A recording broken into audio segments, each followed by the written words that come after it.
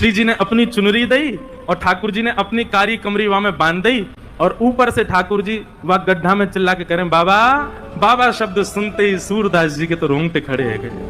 बोले जे कौन बोल रहा है? अरे कौन है भैया? अरे बाबा मैं हूं, यहीं पास के गांव का हूं, गोपाल। बोले अच्छा भैया कहा कह रहे हो? बोले आप गिर गए हो, मैं आपकी मदद करता हूं, बाहर आ जाओ। सूरदास जी बोले कैसे आऊंगा बाहर भैया, मैं तो बहुत गहरो गिर गए हो। ठाकुर जी बोले मैंने अपनो पटका डाल दियो बाबा, बाकू पकड़ लियो, पकड़ के ऊपर आ जाओ।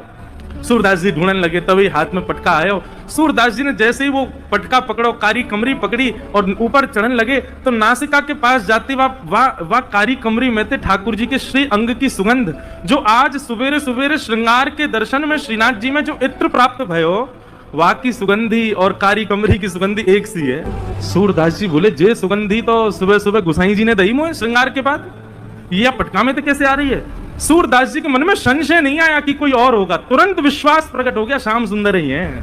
और मानो कमर कसले ही हो, बोले आज सूरदास छोड़ना ना है इनको, बड़ी मुश्किल से आए आज तो पकड़ना है। ऊपर आने लगे सूरदास। यहाँ ठाकुर जी श्री जी की चुनरी ते कारी कमरी बंधी भई है, और ठाकुर जी श्री जी की चुनरी पकड़ के खड़े हैं, और ठाकुर जी की कमर पकड़ के श्री जी खींच रही हैं पीछे, और सूरदास बाहर आ रहे हैं। सूरदास जी जैसे जैसे बाहर आ रहे हैं, नेत्रन में आंसू आ रहे हैं, लेकिन पी रहे हैं। बोले आज बाबू को ना होनो, आज तो चतुराई दिखानी है। और जैसे ही महाराज सूरदास जी निकल के बाहर आए, जानबूझ के सूरदास जी ने ऐसा नाटक किया कि मानो गिर गए हों, और जोड़ते आगे की तरफ गिरवे को भय। ठाकुर जी तो पीछे हट गए, श्री जी वहीं रह गई, तो श्री जी के चरणन में जाके गिरे, सोई चरण पकड़ लिए सूरदास जी ने।